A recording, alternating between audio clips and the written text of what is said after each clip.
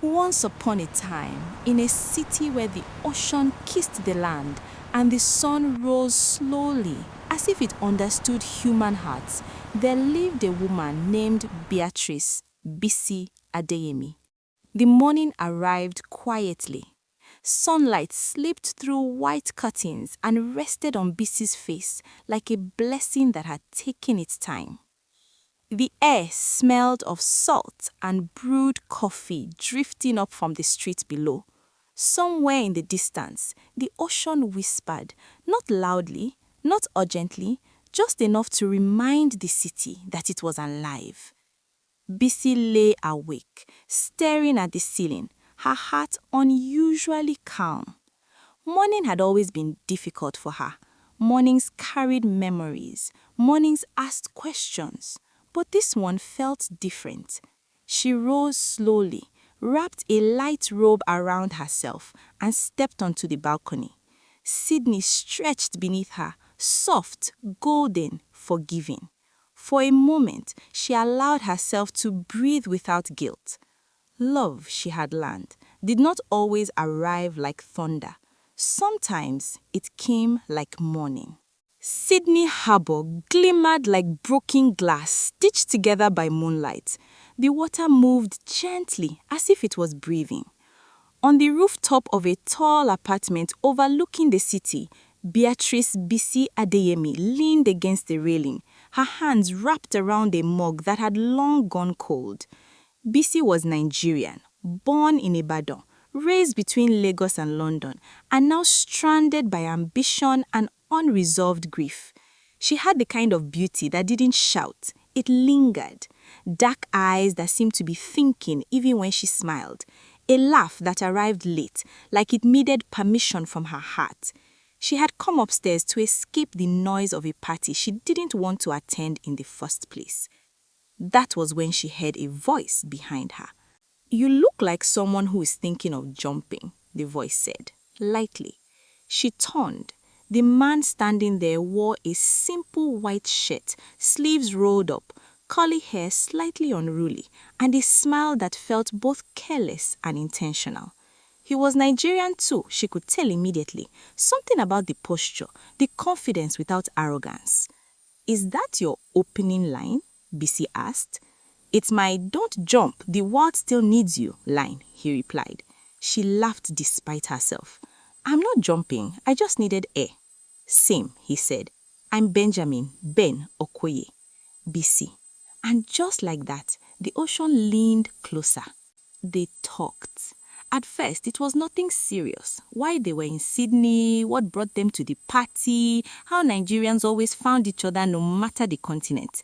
Ben was a finance consultant who had worked too hard for too long and was quietly tired of winning at things that didn't fulfill him. Bisi was studying law, driven by a promise she made to her late mother, a promise that sometimes felt like a chain. They spoke about food, about home, about how Lagos traffic could teach patience better than any religion. Hours passed without either of them noticing. At some point, Bisi realized she hadn't thought about her grief once since the conversation began. That scared her. Ben realized he hadn't pretended to be impressive even once. That surprised him. When dawn began to soften the sky, Ben said quietly, "I don't usually connect with people like this." "Neither do I," Bisi replied. And for a moment, just a moment, it felt like the universe had finally made something gentle. Morning ruined everything. Bisi woke up in Ben's apartment wrapped in unfamiliar sheets and unfamiliar hope. She moved quietly, careful not to wake him, only to hear laughter from the living room. A woman's laughter. She froze. "I told you she was just a girl from the party," Ben's voice said, casual, careless. Something inside Bisi cracked. She didn't wait to hear more. She grabbed her bag and left, humiliation burning her chest. By the time Ben realized she was gone, the damage had already been done. He searched for her number. She had blocked him. And just like that, a beautiful night turned into something bitter.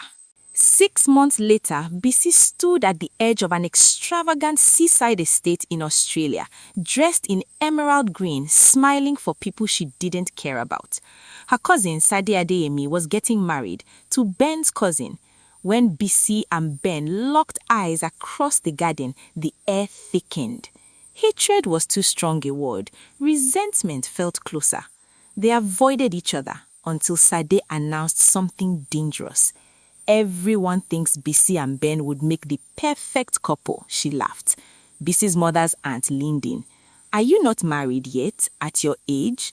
Ben's parents exchanged hopeful glances, and in a moment of mutual desperation, Ben whispered, "Fake it with me." Bisi stared. "I would rather drink seawater." "Please." Silence. Then she sighed. "Fine, but don't touch me." The lie began. They held hands. They smiled. They told stories of how they met, carefully edited, painfully ironic. The problem wasn't pretending. The problem was how easy it felt. At night, Bisi lay awake listening to the waves and remembering the night on the rooftop. Ben lay awake too, haunted by words he wished he could take back. During a family dinner, Ben defended Bisi against a condescending uncle. During a beach walk, Bisi laughed, really laughed for the first time in months. The lie began to feel honest. It exploded during a rainstorm. "I heard what you said that morning," Bisi shouted, rain soaking her dress. Ben froze. "I wasn't talking about you," he said, voice breaking. "I was lying to protect myself. I didn't think you would hear." Silence. The rain listened. "I loved you," she whispered, "even for that short time."